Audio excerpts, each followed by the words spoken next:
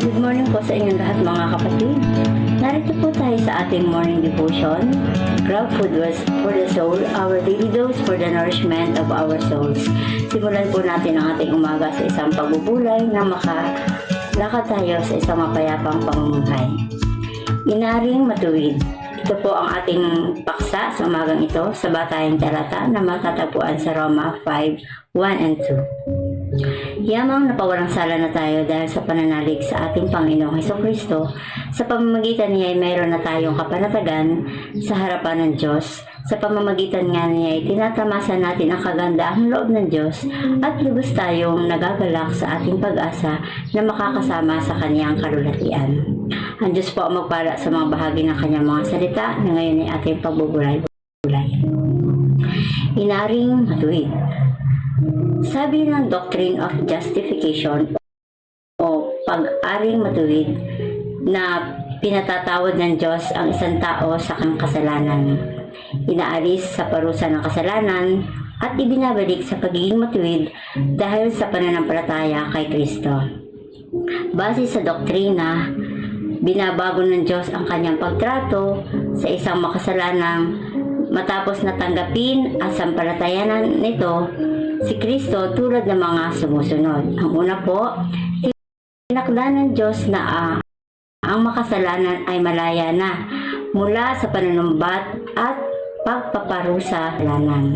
Wika po sa Roma 4:8, mapalad ang taong hindi na pagbabayarin ng Diyos sa kanyang mga kasalanan.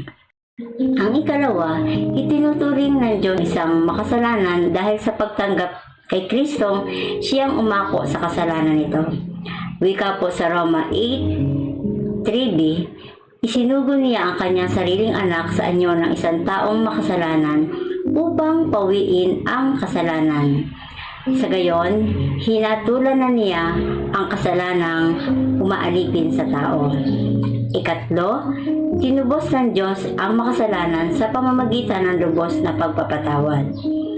Ayon po sa Roma 4:5, ngunit ang hindi nananalig sa sariling mga gawa, kundi sumasampalataya sa Diyos na nagpapawalang sala sa makasalanan, ay tinuturing na matuwid ng Diyos dahil sa kaniyang pananampalataya. At ikaapat, dahil sa pananampalataya kay Kristo, ibinabalik ng Diyos ang isang makasalanan sa isang magandang kalagayan o kaugnayan sa Kanya. Wika po sa Roma 5:11, at hindi lamang iyan, tayo'y nagagalak at nagpupuri sa pamagitan ng ating Panginoong Hesukristo, sapagkat dahil sa Kanya ay tinanggap tayo bilang mga kaibigan ng Diyos. So, ano-ano po ang mga bunga ng pag-ari ng Diyos na matuwid ang isang makasalanang tumanggap kay Kristo?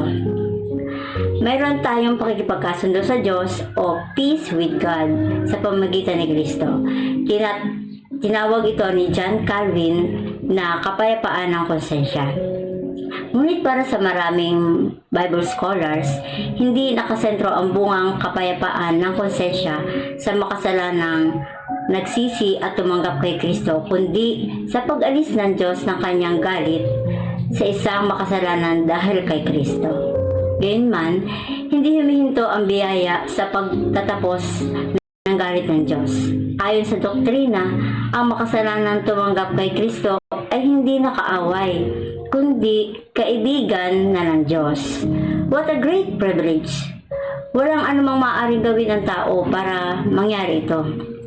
Anumang gawin ng tao ay kapos, kulang, upang makuha ang tanging pabor ng Diyos. Kung ito'y biyaya mula sa Diyos. Ang tanging ginawang batayan ng Diyos ay ang pagtanggap ng tao sa kanyang anak na si Hesukristo. At sa ating pong pagtatapos, ayon po sa Roma 5:10, dati tayo mga kaaway ng Diyos, ngunit tinanggap na niya tayo bilang mga kaibigan sa pamamagitan ng pagkamatay ng kanyang anak. At dahil dito, tiyak na mariligtas tayo sapagkat si Kristo ay buhay.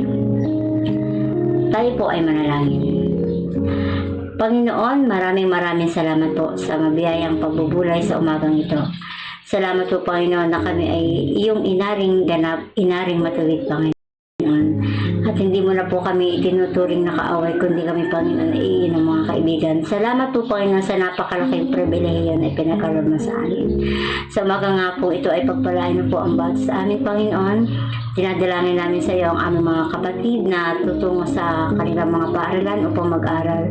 Bigyan mo sila, Panginoon, ng katalinuhan, kaunawaan, at ingatan mo, gabayan mo po, Panginoon. Ganoon po kami na mga magpupunta sa aming mga trabaho. Ingatan mo po kami, Panginoon, at bigyan mo kami ng kagalakan sa paglilingkod sa aming kapwa, sapagkat alam namin, Panginoon, na kung ito ay aming gagawin na buong puso, ay ginagawa namin ito, Panginoon, para sa iyo. Salamat po, Panginoon, at sa iyo namin pinagkakatiwala ang buong maghapon, ang aming buhay, Panginoon. Purihin ka in Jesus' mighty name. Amen. Maraming salamat po sa inyong pagsama sa akin sa umagang ito, sa ating pagbubulay. Isang paalala po sa ating lahat, be Christ-like in our workplace today. Maraming salamat po. Sa Diyos ang papuri. Paalam.